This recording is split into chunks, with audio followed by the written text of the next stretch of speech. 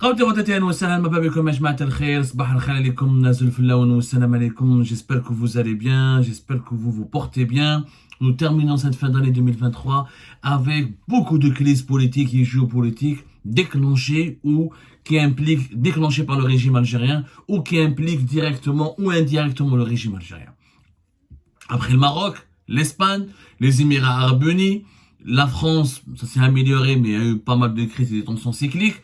Le voilà, le régime algérien qui déclenche une nouvelle crise, cette fois-ci avec un pays voisin. Et c'était totalement inattendu. Un pays voisin avec lequel nous avions toujours eu de très bonnes relations. Et aujourd'hui, les relations sont devenues très tendues. L'ambassadeur algérien au Mali a été convoqué officiellement hier, le 20 décembre 2023. Le Mali qui proteste officiellement contre l'attitude du régime algérien et qui dénonce une ingérence dans ses affaires de la part des dirigeants algériens. C'est du jamais vu. Nous avons toujours eu, depuis très longtemps, pratiquement depuis l'indépendance des deux pays, le Mali et l'Algérie ont toujours eu de très bonnes relations de voisinage. L'Algérie a toujours joué un rôle important, médiateur, pacificateur, intermédiaire, crédible. L'Algérie a toujours été crédible, elle a toujours été saluée, considérée comme un voisin sérieux, considérée comme un partenaire sérieux, rigoureux, crédible, comme un partenaire fiable. Mais aujourd'hui, ça se passe très très mal. Il y avait un communiqué officiel du ministère des Affaires étrangères malien, c'est le ministère des Affaires étrangères et de la coopération internationale de la République du Mali, qui a affirmé qu'il a convoqué l'ambassadeur de l'Algérie pour élever une vive protestation du gouvernement de la République du Mali suite aux récents actes inamicaux posés par les autorités algériennes sous le couvert du processus de paix au Mali. Le Mali qui dénonce des actes inamicaux par les autorités algériennes sous le couvert du processus de paix au Mali. Le ministre malien des Affaires étrangères a souligné que les rencontres récurrentes au niveau les plus élevés en Algérie et sans la moindre information ou implication des autorités maliennes, d'une part, avec des personnes connues pour leur hostilité au gouvernement malien, et d'autre part avec certains mouvements signataires de l'accord de la paix et de la réconciliation au Mali, issus du processus d'Alger, ayant choisi le camp des terroristes, sont de nature à entacher les bonnes relations entre les deux pays. C'est une grave accusation. Les autorités maliennes accusent les autorités algériennes et les dirigeants algériens de s'entretenir et de soutenir et de rencontrer des factions pour des dirigeants qui ont choisi le camp des terroristes au Mali. À cet égard, le ministre des Affaires étrangères malien, c'est le communiqué officiel, je vous le lis, on va analyser ensemble, je vais vous expliquer ce qui s'est passé. A souligné avec insistance que ces actes constituent une ingérence dans les affaires intérieures du Mali et a invité la partie algérienne à privilégier la voie de la concertation avec les autorités maliennes, seule légitime pour entretenir des échanges d'État à État avec les partenaires du Mali. Il a rappelé par ailleurs le contexte dans lequel le Mali, en assumant toute sa responsabilité d'État souverain, a fait appel à l'Algérie au regard des liens historiques de fraternité et de confiance mutuelle entre les deux pays, pour assurer le rôle de leadership de la médiation internationale dans le cadre du processus de paix. C'est franchement, ça m'a totalement étonné. C'est la première fois que je vois mon pays, il a que des problèmes. On a un problème avec le Maroc, ça peut se comprendre, c'est historique, le Sahara occidental, l'Espagne, ils ont voulu soutenir les Marocains, etc. Les Émirats, ils ont normalisé avec les Israéliens, ils veulent soutenir les Marocains contre l'Algérie, mais les Maliens, c'est une maladresse terrible ce que vient de faire le régime algérien. Qu'est-ce qui a provoqué cette crise? C'est une rencontre qui a été organisée à Alger. Tout a commencé à Jma'a, lorsque le président de la République, Abdelmadjid Tebboune, a reçu à Alger une figure politique malienne qui est très controversée. C'est le fameux imam Déco, Mahmoud Déco. Mahmoud Déco Ejma'a, il a été reçu à Alger le mardi 19 décembre dernier par Abdelmadjid Tebboune en personne. Ce monsieur Mahmoud Déco, c'est un prédicateur wahhabite qui propage le wahhabisme et un islam très rigoriste dans l'Afrique subsaharienne, notamment au Mali. Il a étudié en Arabie Saoudite, il a été formé par les Saoudiens, il est soutenu par les Saoudiens.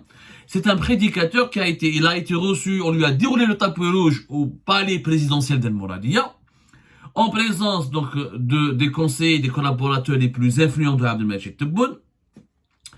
Et Mahmoud Déco, lors de sa rencontre avec Abdelmadjid Tebboune, il a exprimé sa fierté d'être en Algérie, le pays des martyrs et des hommes libres, et de sa rencontre avec le président de la République.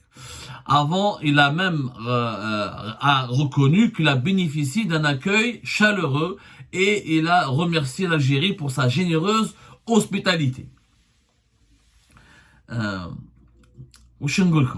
C'est choquant, pourquoi? Il faut savoir que l'imam Mahmoud Dekou a une relation très empoisonnée avec l'actuel gouvernement malien, dominé par les militaires qui ont pris le pouvoir depuis août 2020, avec comme il y a eu 2 coups d'État au Mali. Il y a eu août 2020, ensuite il y a eu mai 2021, et le Mali jusqu'à aujourd'hui, il est dirigé par des autorités de transition sous la coupe des autorités militaires, sous l'égide des autorités militaires, et le président de la transition du Mali en ce moment, c'est le colonel Assimi Goïta, c'est un militaire. Sauf que, ce qui s'est passé, ce que vous devez savoir, c'est que le prédicateur salafiste, alors, il a une histoire très sulfureuse. Il est originaire d'une famille de notables de Tombouctou, la fameuse ville, célèbre ville du nord du Mali, l'une des villes historiques les plus célèbres et les plus prestigieuses de l'Afrique subsaharienne. Il a fait des écoles en Arabie Saoudite. Ensuite, il a dirigé une mosquée importante à Bamako. Ensuite, il a soutenu par les Saoudiens et par son activisme et ses liens tribaux et bénéficiant de son statut de notable au Tombouctou, il est devenu le président, il a pris le contrôle du Haut Conseil islamique du Mali et il a été l'ami de l'ex-président malien, Ebeka, l'ex-président malien, avant qu'il ne se retourne contre lui. يعني مع الأول كان كانوا صحاب Ebeka, comment il s'appelle Ebeka يا جماعة؟ Ibrahim Boubacar Keïta. Voilà, on a le débat Ebeka pour Ibrahim Boubacar Keïta. C'était le président malien avant que celui-ci ne soit renversé par des mouvements de contestation qui ont commencé entre avril, mai et juin 2020, conduits par des mouvements populaires dirigés par la confrérie, influencée essentiellement par la confrérie Mahmoud Dekou. يعني Mahmoud Dekou كان صاحب Ebeka, le président malien. On va dar عليه, ما تفهمش معاه, dar عليه, il y avait des divergences politiques, on va pas rentrer dans le cas malien, c'est hyper compliqué, dar عليه, etc. Ils ont créé le mouvement de protestation, je dirais qu'il met le Hirak. Sauf qu'au Mali, ça s'appelait pas le Hirak, ça s'appelait le mouvement M5 RVP. Ils ont réclamé une révolution, ils ont réclamé le départ de Ebeka. Ebeka, l'armée profite de cette occasion et elle fait le coup d'état de août 2020 et elle remplace Ebeka. Il y a donc un processus de transition. Mais les relations entre Dekou et les militaires ça va. À partir de 2021, Mahmoud Dekou a compris que les militaires ne veulent pas lâcher du pouvoir, ils ne veulent pas l'associer au pouvoir, ils ne veulent pas l'associer à la direction, à la gouvernance du nouveau, à la création, à la fondation du nouveau Mali. Parce que les militaires maliens n'apprécient pas les tendances fanatiques et wahhabites de ce Mahmoud Dekou, ils se méfient de lui. En plus de Mahmoud Dekou aurait des relations assez approfondies avec des mouvements armés du Nord qui luttent, qui ne reconnaissent pas l'autorité de l'État central de Bamako. Donc, c'est dans ce contexte qu'au mois de juin 2023, récemment, les autorités militaires, imam Mahmoud Dekou, prédicateur Mahmoud Dekou, le passeport. Il a été interrogé pendant 2 heures alors qu'il revenait de Mauritanie, après avoir été apparemment en Arabie Saoudite une première fois. Donc, les militaires maliens l'ont contrôlé, l'ont essayé de le déranger. Il y avait même un plan, à l'époque, on parlait même d'un plan pour l'emprisonner, parce qu'il commençait à critiquer les militaires maliens. Il a même, sa confrérie avait même essayé d'organiser des marches contre le gouvernement malien, contre le gouvernement de transition, qui a été dirigé, qui est sous l'emprise des militaires. Donc, il commence à avoir des tensions assez tangibles, il y a des tensions assez violentes. Il y a un choc. L'Algérie, à la surprise générale, elle accueille cet imam, cette figure de l'opposition malienne, dans un contexte très tendu au Mali. Franchement, dans un contexte très tendu. Allez voir un petit peu ce qui se passe au Mali, renseignez-vous sur depuis octobre, septembre, novembre 2023, des appels à manifestation, des critiques contre le régime. Entre la tendance et la confrérie dirigée par Mahmoud Kontia, c'est une confrérie qui est très connue à la Kulli Hal au Mali. Ça s'appelle Kontia ou la Malabèche. C'est la confrérie Kontia. Et donc, qui a des ramifications dans certains partis d'opposition, de l'opposition malienne. Il a commencé à avoir une volonté de déclencher une nouvelle révolte populaire contre le régime militaire. C'est dans ce contexte qu'à la surprise générale, l'Algérie, le président Abdelmadjid Tebboune l'accueille. Ce qui est logique, ce qui est normal, c'est l'attitude des dirigeants maliens. Les dirigeants maliens ont été choqués. Imaginez qu'un pays étranger, la France par exemple, va accueillir une figure de l'opposition algérienne qui appelle à des marches contre le régime algérien. Comment les autorités algériennes vont l'accueillir? C'est de l'ingérence. C'est clairement de l'ingérence. Sholium Saïd Saadi ou un opposant ou Karim Tabou, par exemple, il vient à Paris, il est accueilli par Emmanuel Macron. Le régime algérien va le dénoncer. Il dit que c'est un acte inamical parce que tu as reçu quelqu'un qui appelle à renverser ou à changer le régime. C'est exactement ce que Abdelmadjid Tebboune et ses collaborateurs ont fait au Mali. Ils ont accueilli chaleureusement, déroulé le tapis rouge à une figure anti-pouvoir au Mali et une figure religieuse qui entretient des liens avec des mouvements salafistes, qui entretient des liens avec des mouvements religieux assez suspects, assez sulfureux, qui ont des ramifications et qui ont des liens directement avec les Saoudiens. Donc, pour quelles raisons Abdelmadjid Tebboune et l'Algérie sont partis provoquer les autorités maliennes? C'est une provocation claire, nette et précise. Que si Adam Mahmoud Dicko avait rencontré l'ambassadeur d'Algérie ou l'ambassadeur algérien à Bamako, ça peut se comprendre. L'ambassadeur algérien à Bamako, il a le droit, il veut rencontrer toutes les tendances politiques au Mali, il veut consulter, il veut s'entretenir avec les personnalités politiques maliennes pour comprendre où va le Mali. C'est légitime et c'est pas vraiment grave. Mais que l'Algérie invite à Alger l'imam Mahmoud Dicko, lui déroule le tapis rouge, où elle accueille chaleureusement, et ben c'est un bras d'honneur au régime de Bamako. C'est un bras d'honneur. L'Algérie affirme clairement qu'elle essaye de négocier ou d'aider ou de rejeter le pouvoir militaire du Mali et pour soutenir ses opposants. Ça, je suis désolé, Ajmaa, c'est de l'ingérence. C'est de l'ingérence. Et c'est un motif qui peut être de rupture de relations diplomatiques. Il y a d'autres pays, si tu leur fais ça, ils darboum معك. ils darboum معك ولا كان دخل في المشاكل السياسية الداخلية. Ce qui est inquiétant, c'est que nous avons toujours eu des bonnes relations, y compris lors des coups d'État de 2020 et 2021, entre le régime, entre la junte d'Assimi Goïta et le régime algérien. Il y avait des intermédiaires, il y avait des visites. Abdelmadjid Tebboune avait même un envoyé spécial chargé du Sahel, des questions du Sahel, qui venait souvent à Bamako. Ramtan Lamabala, l'ancien chef de la diplomatie algérienne, venait souvent au Mali, venait souvent au Bamako, et le dialogue était permanent, tout se passait bien, Makesh Mouchkel, etc. Mais là, depuis le rapprochement avec la France, et depuis le retour dans l'ère du temps de ce projet de visite de Abdelmadjid Tebboune à Paris, et ce renforcement, la sortie de crise dans les relations algéro-françaises, les relations avec le Mali se sont complètement empoisonnées. Les dirigeants maliens ont l'impression aujourd'hui que l'Algérie joue au double jeu, qu'elle lui a tourné le dos, qu'elle a choisi le camp de la France. Alors que le Mali, comme le Burkina, comme le Niger, les trois pays du Sahel, les trois les plus importants pays du Sahel qui ont connu des coups d'État et des mouvements de redressement, ou là, des mouvements révolutionnaires, comme l'appellent eux les militaires, sont entièrement anti-français, ont sorti du gérant de la France, ont éjecté de la France de leur vie politique, ils s'adressent, ils font beaucoup plus alliance avec la Russie et s'intéressent beaucoup plus à d'autres puissances qu'à la France. Ils ne veulent plus, ils pratiquent une politique ouvertement anti-française. Alors que le régime algérien, qui a toujours été contre l'intervention militaire française dans la région, du moins pas contre, mais qui a toujours voulu limiter, qui a toujours été contre les ingérences étrangères, qui a toujours vu d'un très mauvais œil l'implication de l'impérialisme occidental dans les affaires des États africains, on voit qu'aujourd'hui, il a préféré améliorer davantage ses relations avec la France et Paris qu'avec son voisin direct, Bamako.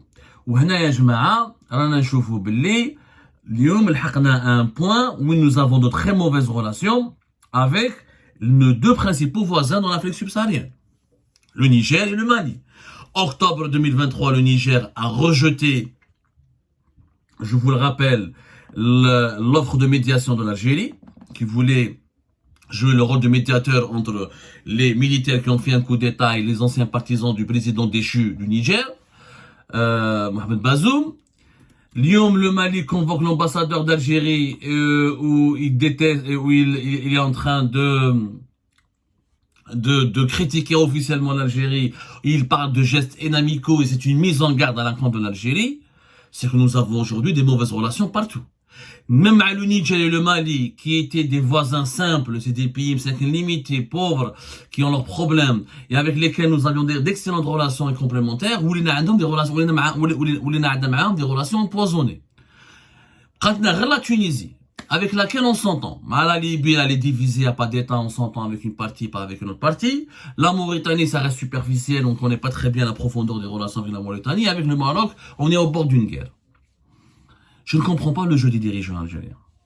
Est-ce que Abdelmajid Tebboune fait cela pour plaire aux Français ou là pour que Emmanuel Macron yarda alayh et pour qu'il l'invite officiellement à Paris, pour que l'Algérie est en train de soigner ou là de bichonner ou là se rapprocher pour soutenir l'opposition malienne contre les militaires maliens qui sont volontairement ou là officiellement et ouvertement anti-français? La question se pose. Si c'est le cas, c'est un choix dangereux. L'Algérie n'a pas à être dans le camp de la France dans les affaires de l'Afrique subsaharienne. L'Algérie, elle a sa position, elle a ses intérêts qui sont différents des intérêts français, qui sont différents des intérêts occidentaux. Et l'Algérie doit complètement, elle a comme doctrine, les affaires africaines se règlent entre Africains et le respect des souverainetés de l'État a toujours été un dogme de la diplomatie algérienne. Tu ne peux pas, toi, on ne peut pas, nous les Algériens, dénoncer l'ingérence des pays étrangers dans nos affaires politiques, alors que c'est nous qui s'ingérons maintenant dans les affaires des pays voisins. C'est une contradiction, une incohérence totale. Et ça, cette situation est en train de discréditer l'Algérie. Ah, le Maroc finance l'opposition algérienne. Ah, la France veut renverser, elle a fait l'Amir Abouraoui, fait de l'ingérence, elle veut faire un scénario de la baie de cochon. Ah, les Émirats sont en train de comploter contre la sécurité. Le principal prédicateur salafiste, le principal dirigeant du mouvement religieux au Mali qui est contre les militaires et qui appelle à des marches contre les militaires au Mali, tu les as reçus à Alger et tu l'as chaleureusement accueilli. Ça, c'est pire que l'ingérence, c'est des Madarouas, ni les Marocains, ni les Qataris, ni les Français, ni les Américains. C'est une dérive inquiétante. Il faut que les dirigeants algériens reviennent aux dogmes et aux traditions diplomatiques de l'Algérie, qui est le respect des souverainetés des États. Si l'Algérie veut parler à cet imam Mahmoud Deko, on n'a qu'à lui parler à Bamako. Il y aura l'ambassadeur d'Algérie, ou les représentants de l'ambassade, ou il en rencontre informelle. Comme les ambassadeurs étrangers peuvent rencontrer des opposants algériens ou des politiciens algériens. En Algérie. Alger. Alors qu'il n'a pas le passeport diplomatique, alors qu'il a des problèmes avec les militaires maliens, alors qu'il y a une confrontation directe entre lui et le pouvoir actuel au Mali. Je suis désolé. Là, on est en train de choisir un camp au détriment d'un autre. Ce qui démontre l'intérêt de l'Algérie, c'est de soutenir les opposants aux militaires maliens. Qui a décidé quel est le baromètre, quels sont les critères qui ont été utilisés pour ça? C'est une dérive. Ça, si on n'a pas besoin, je le dis, moi je pense d'après ce que je sais, c'est que c'est une opération destinée à remettre la France dans le jeu dans le jeu de la crise au Sahel. L'Algérie n'a pas besoin de la France pour gérer le Sahel. L'Algérie est censée avoir suffisamment les réseaux, l'influence, la crédibilité pour gérer et imposer son leadership dans la crise du Sahel sans faire plaisir aux Français. Donc, je pense que c'est une erreur et que l'Algérie devrait présenter ses excuses aux autorités maliennes et qu'on arrête, encore une fois, les dirigeants maliens ont totalement raison, d'inviter des dirigeants de l'opposition malienne à Alger sans le consentement des autorités maliennes. On veut rencontrer les opposants maliens, ou on les rencontre de façon informelle dans un autre pays neutre à l'étranger, ou on les rencontre chez eux au Bamako. C'est tout.